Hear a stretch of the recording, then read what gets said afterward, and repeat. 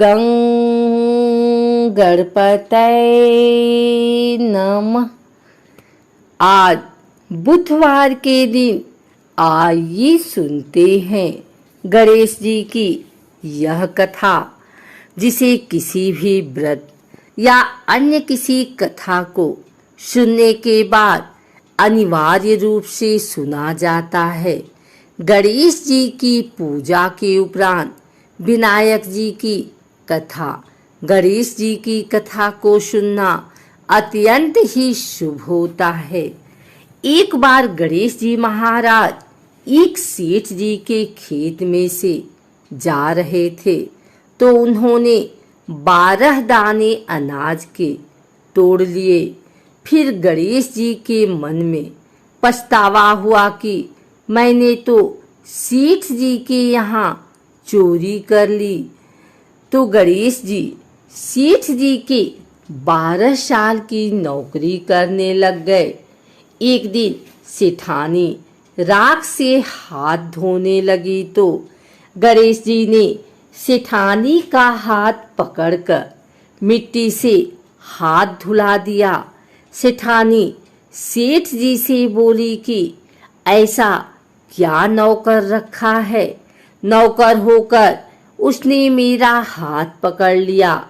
सेठ जी ने गणेश को बुलाकर पूछा कि तुमने सेठानी का हाथ क्यों पकड़ा? तो गणेश जी ने बोला कि मैंने तो एक सीख की बात बताई है। राख से हाथ धोने से घर की लक्ष्मी नाराज होकर घर से चली जाती हैं और मिट्टी से हाथ धोने से आती हैं। सेठ जी ने सोचा कि गणेश है तो सच्चा। थोड़े दिन बाद कुंभ का मेला आया। सेठ जी ने कहा, गणेश सेठानी को कुंभ के मेले में स्नान करा कर ले आओ।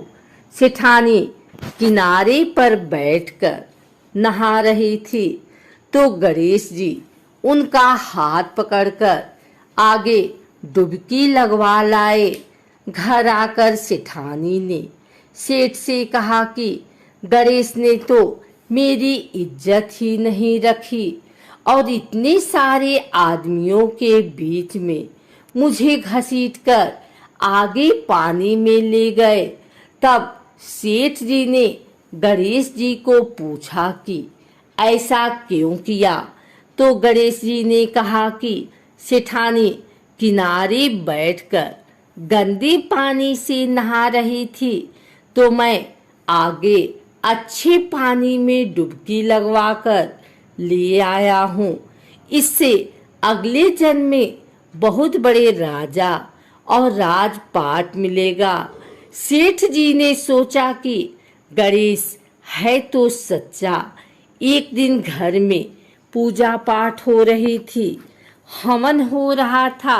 सेठ जी ने गणेश को कहा कि जाओ सेठानी को बुलाकर ले आओ। गणेश सेठानी को बुलाने गए, तो सेठानी काली चुनरी ओढ़कर चलने लगी।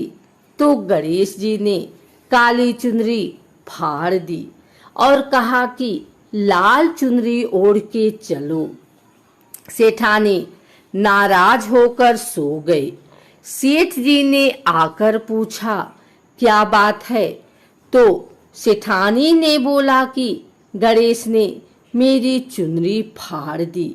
सेठ जी ने गणेश को बुलाकर बहुत डांटा और कहा, तुम बहुत बदमाशी करते हो। तो गणेश जी ने कहा, पूजा पाठ में काला वस्त्र नहीं पहनते हैं, इसलिए मैंने लाल वस्त्र के लिए कहा। काला वस्त्र पहनने से कोई भी शुभ काम सफल नहीं होता है। फिर सेठ जी ने सोचा कि गणेश है तो समझदार। एक दिन सेठ जी पूजा करने लगे, तो पंडित जी ने बोला कि ओ गणेश जी की मूर्ति लाना भूल गया, अब क्या करें? तो गणेश जी ने बोला कि मेरे को ही मूर्ति बनाकर विराजमान कर लो, आपके सारे काम सफल हो जाएंगे। यह बात सुनकर सेठ जी को भी बहुत गुस्सा आया और वो बोले कि तुम तो अब तक सेठानी से ही मजाक करते थे, मेरे से भी करने लग गए। तो गणेश जी ने कहा, मैं मजाक नहीं कर रहा हूँ, मैं सच कह रहा हूँ। इतने में ही गणेश ने गणेश जी का रूप धारण कर लिया और सेठ तथा सेठानी ने ही गणेश जी की पूजा की। पूजा खत्म होते ही गणेश जी अंतर ध्यान हो गए। सेठ सेठानी को बहुत धोखा हुआ और उन्होंने कहा कि हमारे पास तो गणेश जी रहते थे और हमने उनसे इतना काम कराया। तो गणेश जी ने सपने में आकर सेठ जी को कहा कि आपके खेत में से मैंने 12 अनाज के दाने तोड़ लिए थे, उसी का दोष उतारने के लिए मैंने आपके यहाँ काम किया था। सेठ जी के करोड़ों की माया हो गए। हे गणेश जी महाराज, जैसा सेठ जी को दिया वैसा सबको देना, कहते को सुनते को और सारे परिवार को दे देना। बुधवार का दिन व्रत रखने के लिए उत्तम माना गया है। इस दिन बुधदेव के साथ भगवान गणेश की पूजा की जाती है। मान्यता के अनुसार बुधवार के दिन व्रत रखने से जीवन मंगलमय हो जाता है। ऐसा कहा जाता है कि इस दिन व्रत रखने से बुद्धि में वृद्धि होती है।